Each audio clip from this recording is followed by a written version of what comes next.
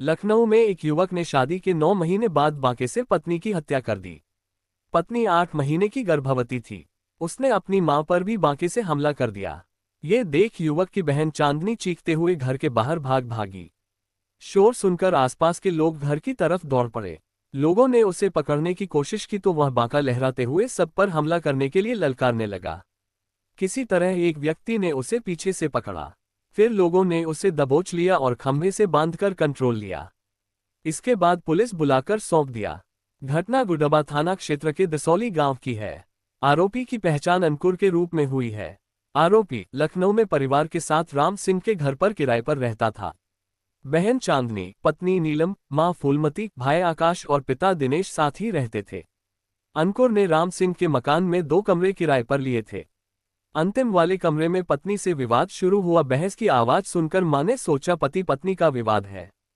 तभी अचानक से नीलम जोर से चीखने लगी।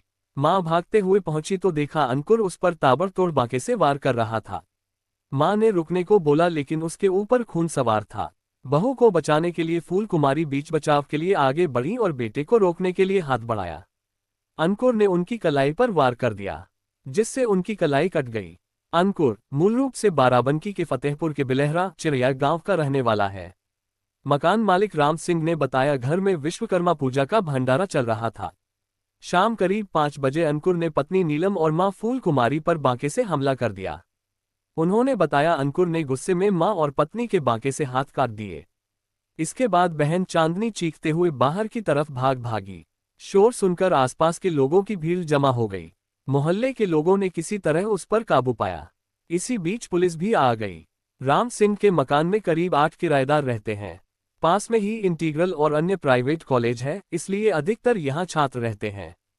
बुधवार को भंडारा था, काफी लोग मौजूद थे। जब घटना की जानकारी हुई तो वहां भागम भाग मच गई।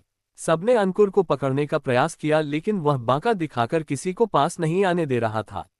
किसी तरह से अंकुर को पकड़कर बांध दिया गया। राम सिंह ने बताया कि सास बहू खून से लथपथ होकर चीखते हुए जमीन पर गिर गईं। हम लोग अंदर गए तो दोनों को तड़पते पाया। चारों तरफ खून फैला था। एक बार तो विभत्स नजारा देखकर हम सब डर गए। चीख पुकार मच गई। राम सिंह ने बताया अंकुर करीब 2 महीने पहले ही मेरे मकान में परिवार के साथ शिफ्ट हुआ था। लखनऊ में रहकर मजदूरी करता था। इससे पहले पिछले 10 साल से वह मेरे घर से 100 मीटर दूर दूसरी जगह किराए पर रह रहा था।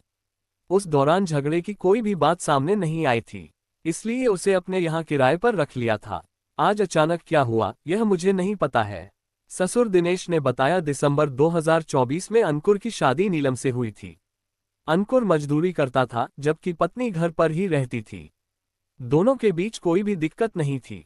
पति पत्नी के बीच थोड़ी बहुत नोकझोंक चलती है, वही होता था। मकान मालिक के घर पर विश्वकर्मा पूजा के भंडारे में सब लोग लगे थे। इस दौरान दोनों में पता नहीं क्या हुआ जो इतनी बड़ी घटना हो गई। बहू 8 महीने की गर्भवती थी।